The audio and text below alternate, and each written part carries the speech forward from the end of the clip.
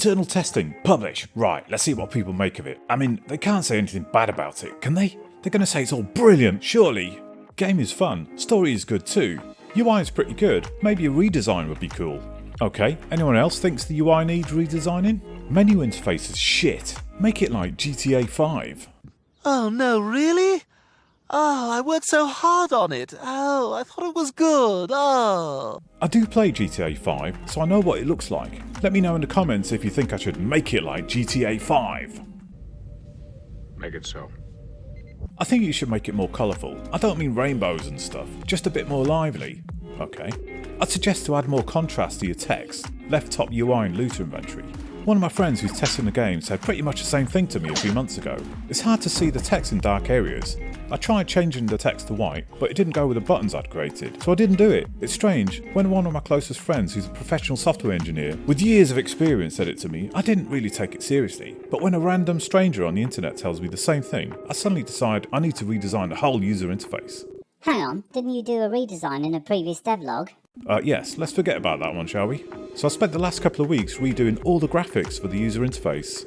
I simplified the buttons greatly, lightened them up so they stand out more rather than blend in with the background. Some people have said the buttons look rather big, so I made them smaller, though they still react to the same sized area for touch recognition. I added forward and backwards foot pedals as they're small and I didn't want to add more pointy arrows everywhere. I created a nice looking fire button that hopefully people couldn't help but press. I realised that there's a couple of different styles going on here with the white buttons on the left and the pedals and fire button on the right, but I wanted to make it interesting and not all samey, and I also thought they looked cute. I brightened up the colours used in the text and the dialogue boxes. I remade all the buttons so they matched the new look.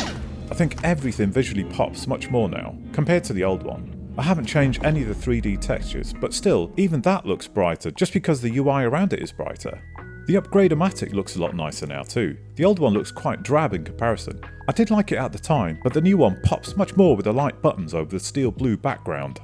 Then I posted a couple of before and after screenshots on my Discord server to see what people thought of it. Yes, I have a Discord server, link in the description. The comments on that was that they liked the old one.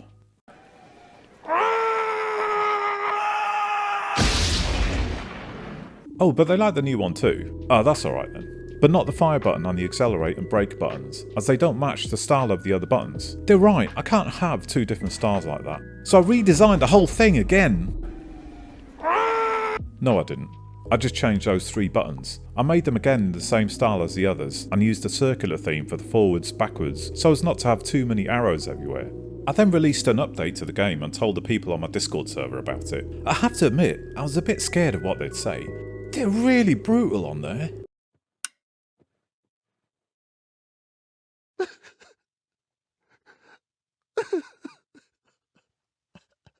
So what was the feedback? Looks very nice, but it takes just a really short time for the controls to stay temporarily burned into my screen. Is screen burn still a thing? I thought we left that behind years ago. I haven't had any problems like this myself on any of my devices. I did a bit of digging. Apparently it can still be a problem on some of these fancy OLED devices. I think certain manufacturers suffer with it more than others.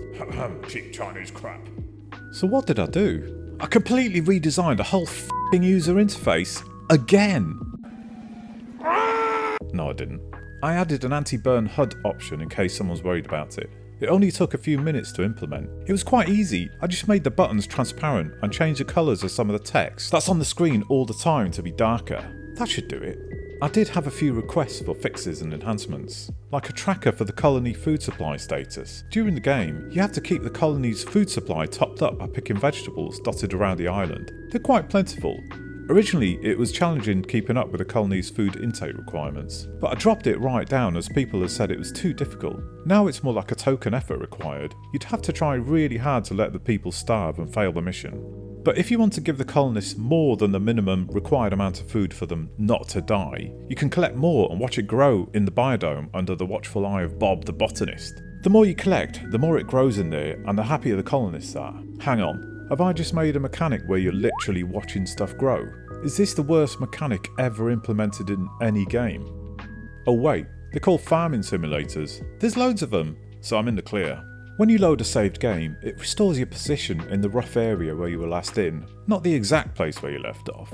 That prompted someone to ask, why the random respawn position? Well, if you get stuck in a tree and you quit out because you can't do anything else, It would be really unfortunate if, when you restarted, you were still stuck in that tree. Your save file would effectively be trashed and you'd lose all your progress. Getting stuck in a tree is a real possibility in this game since you're driving off-road and can fall off cliffs, etc.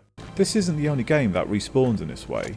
If it's good enough for Ubisoft's Far Cry 5, it's good enough for me. Some of the more annoying comments I get are from the odd person who plays it for hardly any time at all, then give a big list of nitpicking issues before they've even tried the game properly. Like someone saying you should give the gun to the player quicker in the story after they'd played it for literally 2 minutes. The game starts by you landing on a planet where you're basically a weak little rover with no upgrades and no weapons. Your first mission is to enter the base. That's the first point of interest you come to, and you can't avoid it. You find the key to get in on some dead bloke lying around the back of the complex in a rather obvious position. Then you enter the base where Professor Boson tells you how to give yourself a weapons upgrade. This serves as a sort of tutorial without it being called a tutorial. The whole thing is over in 5 minutes, unless you go rogue, which being an open world game, you can.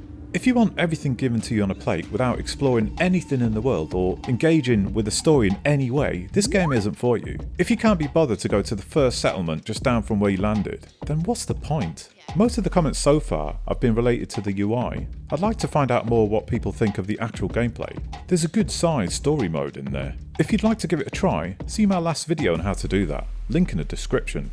Anyway, that's all I've got for today. Please give me a thumbs up and subscribe if you like the video.